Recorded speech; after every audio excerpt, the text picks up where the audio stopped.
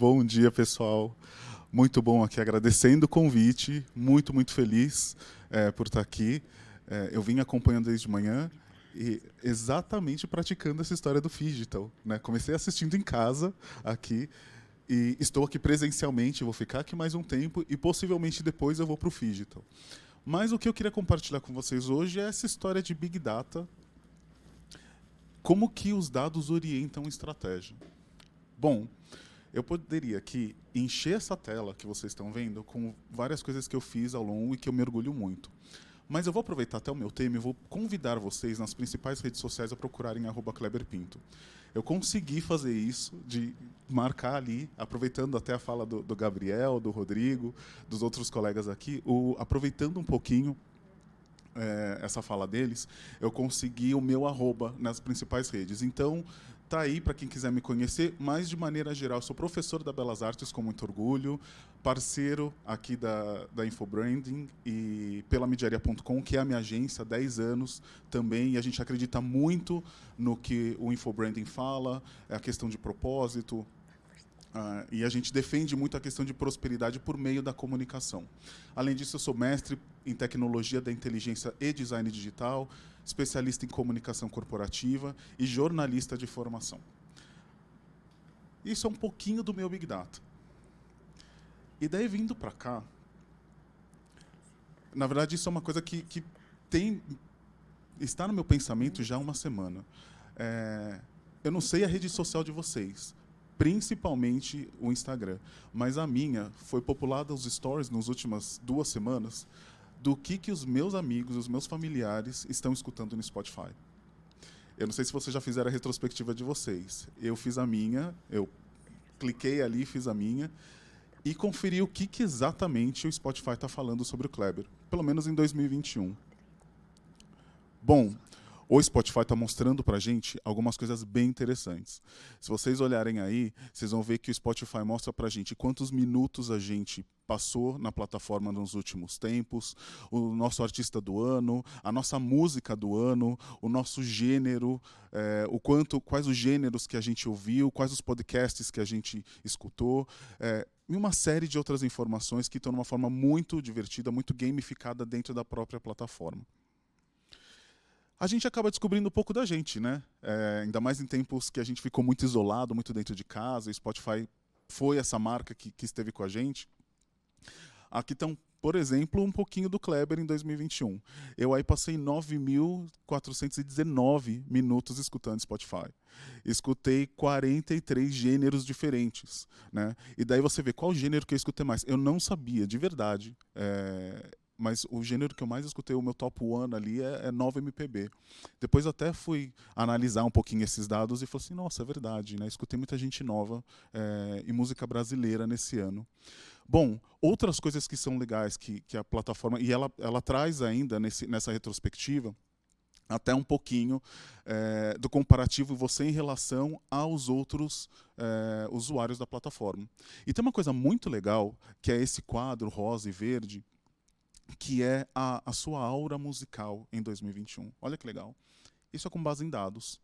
No meu caso, ali está dando Spook e um pouquinho ali de música mais ambiente, né? Eu fiquei intrigado que é Spook para o Spotify, né? O que tão de assustador eu escutei nesse ano. E daí quando eu fui olhar minha playlist, eu vi que assim o Spotify considera foi o meu humor. Né? Então, assim, entrega um pouco do meu humor nesse sentido. Então, eu escuto, por exemplo, quando eu estou trabalhando, escuto muita música clássica, escuto neo soul, como eles classificaram ali, um pouco de mantra. Então, eu vou um pouco nessa linha quando eu estou trabalhando, até por uma questão de concentração. O Spotify chama isso de Spook, eu chamo isso de ajuda o Kleber a trabalhar melhor. Né? Mas, de qualquer maneira, o que eu quero dizer aqui com essas telas que vocês estão vendo é que tem muito dado por trás do Spotify, de uma única plataforma que a gente usa, dentre tantas. Né? Existe até uma média aí que fala que a gente tem cerca de 80 aplicativos no nosso celular e usa efetivamente, mensalmente, cerca de 40. Né? O Spotify, no meu caso, é uma dessas grandes plataformas, como os números estão mostrando aqui. Bom, isso pensando do lado do usuário. Mas a inteligência que está por trás do Spotify é que muitas marcas e empresas ganham muitos dados e muitos insights. Bom, primeiro, já descobre o nosso comportamento. Os horários que a gente mais ouve, que tipo de música a gente gosta, o nosso humor. Vocês veem que até tem aquela tela ali que mostra um pouquinho do nosso humor, né? Se a gente vai mais para músicas animadas, se a gente música mais relaxante. Então tem um pouquinho disso. Até as nossas influências, os artistas, as pessoas de podcast, os speakers que fazem a vez na nossa cabeça. Ou seja, por trás da plataforma, a gente tem uma série de dados que marcas utilizam para a sua estratégia de negócio. Nos últimos tempos, o que acontece no Spotify e até numa outra rede como o TikTok tem modificado a indústria musical no Brasil. Para vocês terem uma ideia, há uns meses a grande discussão na indústria musical é que as músicas que populavam não só o Spotify, como outras plataformas de streaming, o Deezer, até as plataformas de podcast e também os outros canais de veiculação de músicas, houve uma discussão muito forte porque essas plataformas que possibilitam essa interação e essa riqueza de dados, elas começam a entregar que as pessoas estão um pouquinho mais impacientes para a música. Elas esperam música cerca de 2 minutos, 2 minutos e 15. Sendo que o padrão mundial de uma música era, até então, 3 minutos, 3 minutos e meio. O Porta dos Fundos até fez um vídeo em cima disso, né? Então isso mostra pra gente o quanto essas plataformas também entregam uma inteligência e alguns insights e acabam modificando certas indústrias. Bom, esse é um exemplo só do que acontece quando a gente utiliza o digital, quando a gente está dentro dessas plataformas que aparentemente estão possibilitando uma experiência incrível. E, além disso, também oferecem para marcas, para indústrias, uma série de dados para elas repensarem o seu posicionamento e para elas até reverem o seu portfólio e melhorarem a sua oferta. Um outro exemplo que eu trago aqui para a gente é um exemplo até para quem dirige ainda, né? Para quem já não abdicou do carro, mas para quem dirige ainda, tem uma coisa que está acontecendo em São Paulo, que é a digitalização da Zona Azul, né? Bom, a gestão de dados da Zona Azul, ela tem ampliado o escopo desse serviço, que é aquela coisa de você ter algumas vagas que são determinadas para você estacionar o seu carro e são vagas rotativas. Bom, existem empresas por trás disso que ganham a concessão para utilizar desses dados. Antigamente, a gente tinha muita folhinha, né? Para quem aqui tem um pouquinho mais de idade, vai lembrar de ter o talão ali no porta-luvas do carro, né, o porta-treco do carro, com a folhinha tendo que marcar o dia, o horário e tendo exatamente 1 hora. Gente, quais os dados que aquilo trazia?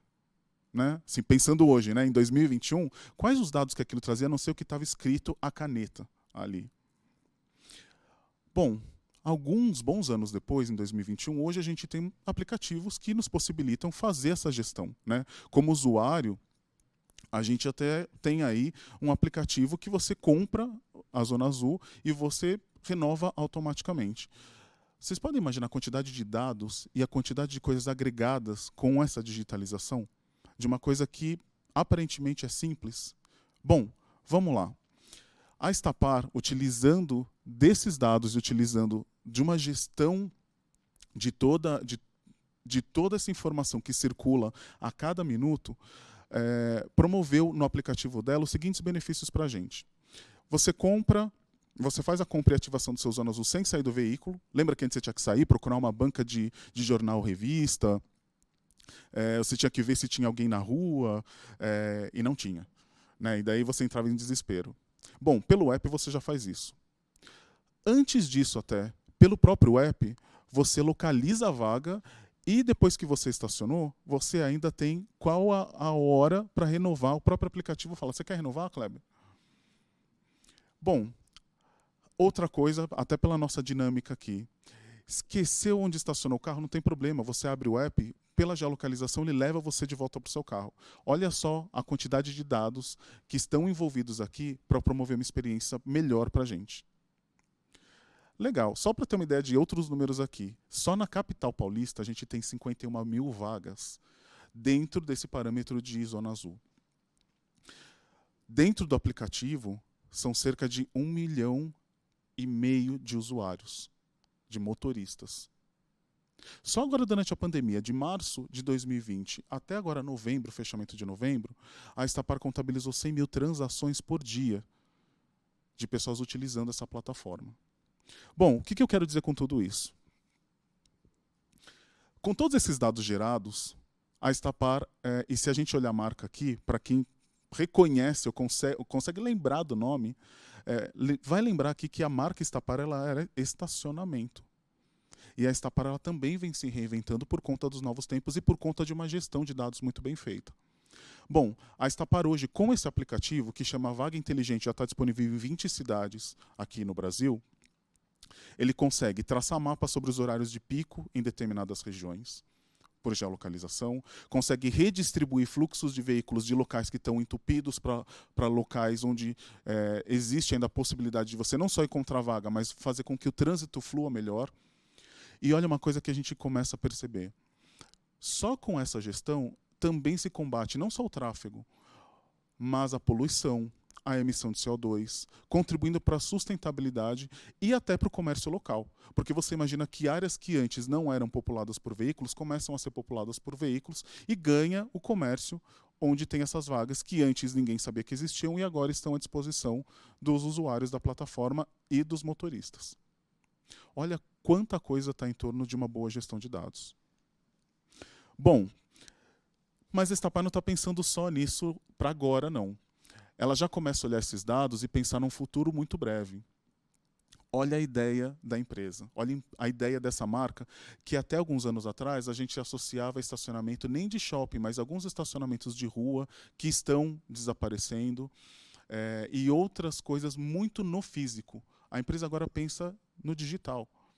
Então, além desse aplicativo, e dentro dele, a empresa começa a pensar que em breve ela vai fazer ofertas de microserviços agregados dentro do próprio aplicativo. Então, hoje, você só consegue achar vaga, mas em breve você vai poder pagar suas multas, você vai poder pagar o seu IPVA, fazer um seguro, e o seguro não aquele seguro anual, mas o seguro por hora, vinculado aonde você está estacionando. Um pouquinho mais adiante, num futuro talvez um pouquinho mais distante, mas já no radar da empresa, a gente vai ver, dentro do próprio aplicativo, a exploração máxima do que eles chamam de receitas acessórias. Vou dar um exemplo simples aqui. Você imagina que você está no trânsito, daí você está procurando a vaga, e o aplicativo ali da Estapar, que chama Vaga Inteligente, ele vai virar para você e falar assim, Kleber, já que está muito trânsito, você não quer comprar aqui, você está perto do cinema, você não quer aproveitar e comprar um ticket no cinema? Já calculando aqui, dá tempo de você ir no cinema, o trânsito vai ficar menor e você depois volta para casa muito mais tranquilo. Como o próprio aplicativo, eu já consigo achar a vaga. Se não tiver vaga de rua, eu vou para um shopping, estaciono o carro, ele mesmo já contabiliza, pago tudo ali por dentro e ainda pago inclusive o ticket do cinema, a gente começa a ver que é a questão da experiência por meio de uma estratégia muito bem definida de dados. Engraçado a gente começar a pensar o quanto empresas que eram tão presas a coisas que a gente associava Estapar, a estacionamento físico, a gente começa a ver que as empresas estão indo além. Que é o movimento que a gente vê dos super apps hoje, dos grandes varejistas e outras empresas que estão apostando nos super apps, exatamente porque elas estão olhando esses dados. Bom, o que essa historinha do Spotify e essa história do Estapar tem em comum? E o que elas têm a ver com essa pluralidade de fontes de dados que a gente tem, esse Big Data? Essas duas empresas utilizam e analisam o que a gente chama de 5 Vs do Big Data. O volume de dados, a variedade de dados, a velocidade de processamento. Não basta ter um monte de dados e ter uma variedade muito grande de fontes, vindas do LinkedIn, vindas do Instagram, vindas do Waze, tudo isso plugado num único sistema. Eu preciso ter velocidade de processamento.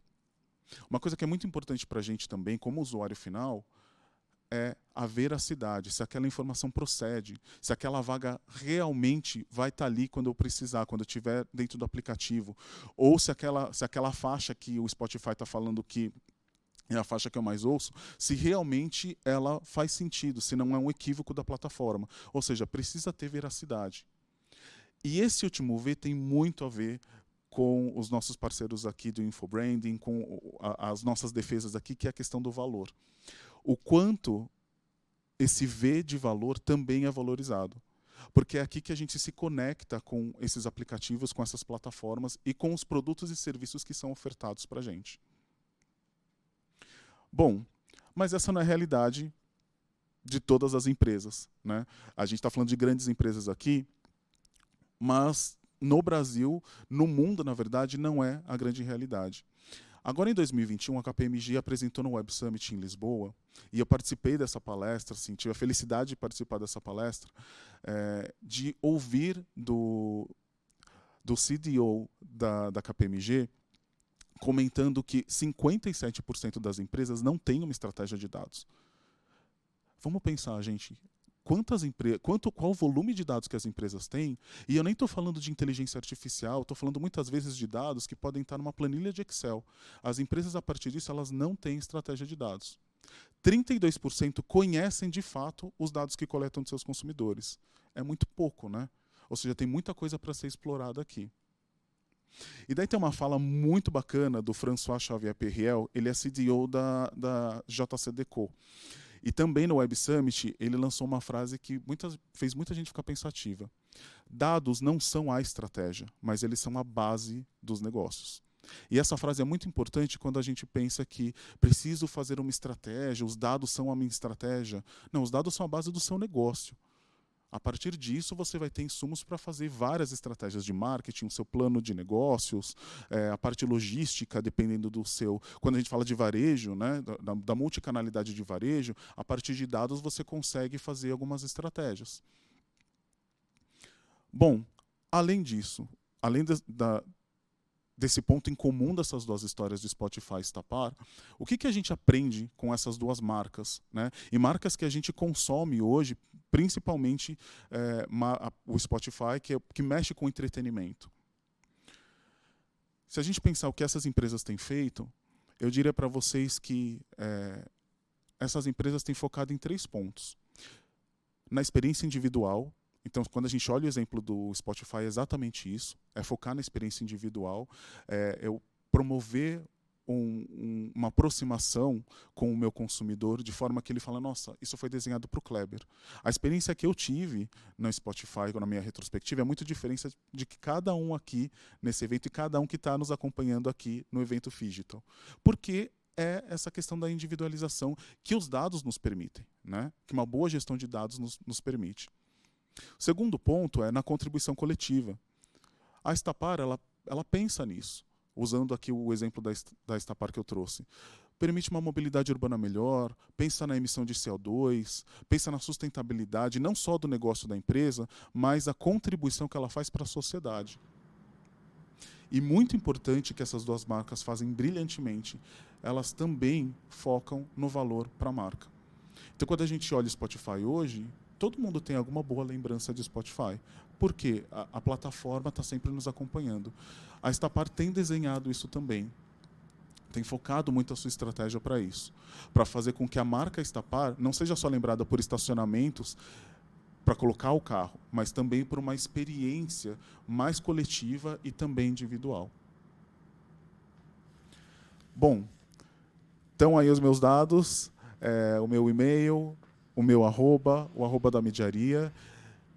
Eu espero ter aqui trazido só um ponto de reflexão, que os dados não são a estratégia, mas a base para a gente fazer o nosso negócio prosperar. Muito obrigado.